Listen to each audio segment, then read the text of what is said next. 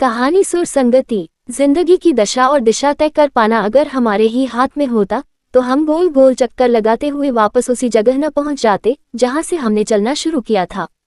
हमारे प्रयास चाहे कितने ही ईमानदार क्यों न हो, पर फिर भी कभी कभी बहुत गहरी चोट लगी जाती है। दर्द का सागर मन के हर कोने में बहने लगता है और हम सोचने पर मजबूर हो जाते हैं कि आखिर चूक कहाँ हुई। फिर शुरू होता है दोषारोपण, विश्लेषण और अपनी खामियों को तलाशने का सिलसिला।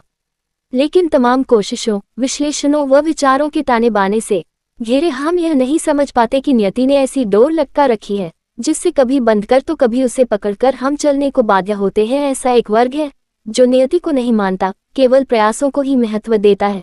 पर ऐसे वर्ग के लोगों ने क्या कभी इस बात पर गौर किया कि जिंदगी भर प्रयास करने के बावजूद वे लक्ष्य तक क्यों नहीं पहुंच पाते हैं और कोई बिना किसी संघर्ष के भी सब कुछ पा लेता है, वह भी जिसकी उसने कभी आशा तक नहीं की थी। खैर चाहे जो हो, अपने और वागेश के रिश्ते को मैं नियति की ही बंद पोटली से निकला हुआ मानती हूँ। दशा और दिशा तय करने की लाख कोशिशों के बावजूद तुम बंद मुट्ठी से फिसलती रेत की मानंद मेरी जिंदगी से निकल गए थे और फिर न जाने कैसे मैं गोल गोल चक्कर काटते हुए तुम्हारे पास फिर से पहुंच गई थी। क्या है तुम्हारा और मेरा रिश्ता? प्यार, स्नेह, दोस्ती या फिर इन सब से कहीं ऊपर एक दूसरे को समझने की इच्छा और उन भावनाओं का आदर करना?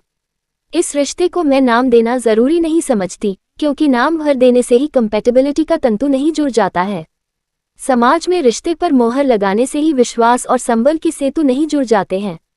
रिश्ते मन के होते हैं, रिश्ते विश्वास की ठोस जमीन पर उगे उन अंकुर की तरह होते हैं जो प्यार और एहसास के खाद और पानी से पोषित व पल्लवित होते हैं। पर सुधाकर के मामले में न जाने कहाँ सब चूक सा जाता है। एक दिन फिर सुधाकर से बहस हो गई। तुम्हारी प्रॉब्लम क्या है? क्या तुम मेरी किसी भी बात का जवाब सही ढंग से नहीं दे सकते? कुछ कहो तो फौरन बात काट देते हो। न बात सुनने का सब्र है, न समझने का हाँ नहीं है। क्या करोगी? तुम्हारा तो हर सवाल ही गलत होता है, तो क्या खाक जवाब दूं? बड़ी इंटेलेक्चुअल बनती हो, कुछ डिग्रियां क्या हासिल कर ली, अपने को बहुत ग्रेट मानने लगी हो। प्लीज सुधाकर, इस तरह बात करने का क्या मतलब है? तुम्हारी बीवी हूं, कोई यही तो ट्रेजेडी है लाइफ की कि तुम मेरी बीवी हो। सारे दिन आरती उतारूं या आपकी सेवा में खड़ा रहूं? मुझसे ऐसी उम्मीद कभी मत रखना। वैसे भी एक औरत हो और औरत से जिस तरह से व्यवहार करना चाहिए करता हूं बस। माथे पर त्योरियां और गुस्से से लाल होती आंखों से अंगारे बरसाता सुधाकर फुफकारता रहा। डिस्गस्टिंग। न जाने कौन सी सामंतवादी सोच के बीज तुम्हारे अंदर रोपे गए हैं जो तुम अपनी संकीर्ण सोच के दायरों से बाहर आ ही नहीं पाते हो। तुम खुद भी तो शिक्षित हो, पर हर समय मेरी पढ़ाई और पद को लेकर ताना क्यों मारते रहते हो? मैं ऐसा ही हूं और तुम्हारे लिए अपने को बदलने से रहा। 4 पैसे क्या ज्यादा कमाती हो, दिमाग ही खराब रहता है।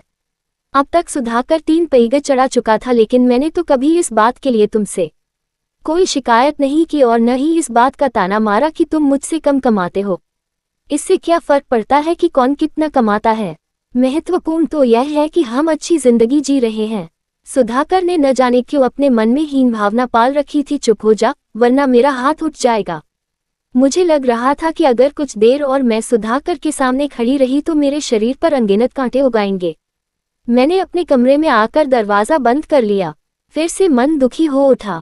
वर्षों हो गए हैं हम दोनों को अलग अलग सोते हुए। शायद सुधाकर से बात करना ही मेरी सबसे बड़ी गलती है। जो संवादहीनता उनके बीच कायम है, उसे तोड़ने की नाहक ही कोशिश करती हूँ मैं। हालांकि इस तरह की बहस कोई पहली बार नहीं हो रही थी, फिर भी हर बार मैं इसी आशा से सुधाकर को समझाने की कोशिश करती हूँ कि शायद इस बार तो मैं उसे उसकी रूढ़िवादी सोच और कड़वाहट के जंगलों से बाहर निकाल लाऊंगी। मन में विरोधाभास दस्तक देने लगे थे। अगर तुम्हारा और मेरा रिश्ता नियति की झिर्रियों को चीरती रोशनी में खिला है, तो क्या सुधाकर और मेरा रिश्ता भी उसी नियति ने सींचा है? पर शायद अंधेरों की परत उस पर चढ़ाकर, तभी तो हम दोनों के बीच कंपैटिबिलिटी नाम मात्र को भी नहीं है। शादी के 15 सालों बाद भी नहीं, और शायद यही सबसे बड़ी वजह रही होगी जो मेरे अंदर आज तक सुधाकर के प्यार का अंश नहीं आ सका है। प्यार, लेकिन हम दोनों के बीच प्यार का पौधा खिला ही कहाँ था? कभी एक संगति बन ही नहीं पाए।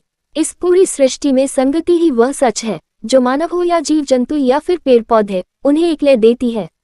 संगति न हो तो भूमि बंजर रह जाती है, कलियां फूल नहीं बन पाती, पेड़ ठूंठ से खड़े अपनी ही नुकीली टहनियों के दर्द को सहने के लिए बाध्य होते हैं। संगीत में अगर प्रत्येक वाद्य यंत्र, सुर, ताल, लय में संगति न हो तो मधुर स्वर में गाया गीत भी कानों को चुभाने लगता है। जल तरंग का बजना संगति ही तो है। जब प्रकृति में संगति का इतना महत्व है तो मानव इससे किस तरह अछूता रहकर रिश्तों को एहसासात के साथ जी सकता है। ज्यादा सोचा मत करो नंदिता। कभी कभी कुछ चीजें वक्त पर छोड़ दी जाएं तो भी समाधान निकल आते हैं। हो सकता है सुधाकर को भी एक दिन अपनी भूल का एहसास हो जाए और तुम्हारे प्रति उसके मन में वही पुराने एहसास जाग जाएं। वागेश हमेशा की तरह उस दिन भी मुझे समझा रहा था। वागेश की आंखों में झांका था मैंने। कितनी सच्चाई है, कोई छल नहीं। कितनी सहजता से वह मेरे मन के भावों को पढ़ मेरी पीड़ा को बांटने की कोशिश करता है। जब भी मैं उसके साथ होती हूँ तो मुझे लगता है कि मैं एक घने मजबूत बरगद के साए में बैठी हूँ, निश्चिंत, सुरक्षित और बहुत खुश। तुम्हें लगता है कि ऐसा हो सकता है? सुधाकर एकदम रफ टफ है। उसे तराशने का प्रयास करते करते मैं थक चुकी हूँ। अगर तुम्हारा साथ न होता तो अब तक तो मैं किसी वीराने में गुम हो गई होती। सुधाकर और मेरे बीच कंपैटिबिलिटी कभी डेवलप हो ही नहीं सकती है। अच्छा, मुझे एक बात का मतलब समझाओ, मैंने पाक की सीढ़ियां चढ़ते चढ़ते पूछा। पैर में साड़ी उलझने के कारण मैं लड़खड़ा गई कि तभी वागेश की मजबूत बाहों ने मुझे थाम लिया। केयरफुल नंदिता, संभलो, हर समय मैं नहीं हो सकता तुम्हारे पास तुम्हें संभालने के लिए। उसकी मुस्कुराहट उसकी आंखों को छूती मुझे सिहरा गई थी। यही वह बात है जिसके आगे पीछे मैं अक्सर गोल गोल घूमती रहती हूँ। बेंच पर बैठते हुए मैंने अपने चप्पल उतार ठंडी घास पर पांव रख दिए। नर्म मुलायम घास का स्पर्श बहुत अच्छा लग रहा था, मानो बंसी खुल गई हो। जिसके साथ कंपैटिबिलिटी होती है उसका साथ हमेशा के लिए क्यों नहीं मिलता? नियति हमेशा गलत आदमी को ही हमारे लिए क्यों चुनती है, जैसे सुधाकर को मेरे लिए और पल्लवी को तुम्हारे लिए। नदी के दो किनारे जो अपने बीच के विस्तार को समेट कभी एक नहीं हो सकते, पर हमें फिर भी उस विस्तार को समेट निरंतर उनके पास जाने की कोशिश करनी होगी। नंदिता, मेरा पल्लवी से और तुम्हारा सुधाकर से विवाह हुआ है, इस सच को हम नकार नहीं सकते हैं। वे दोनों जैसे हैं उन्हें हमें उसी तरह स्वीकार करना होगा। उन्हें बदलने की कोशिश करना मूर्खता है। बेहतर होगा कि हम उनके अनुसार स्वयं को ढाल लें, वरना सारी जिंदगी कुर्ते खींचते और बहस में ही गुजर जाएगी। मुझे अब तकलीफ नहीं होती क्योंकि पल्लवी के अहम के आगे मैंने हथियार डाल दिए हैं। उसे अपने पापा के पैसों का घमंड है और उसकी नज़रों में उसके मायके वालों के आगे मेरी हैसियत कुछ नहीं है।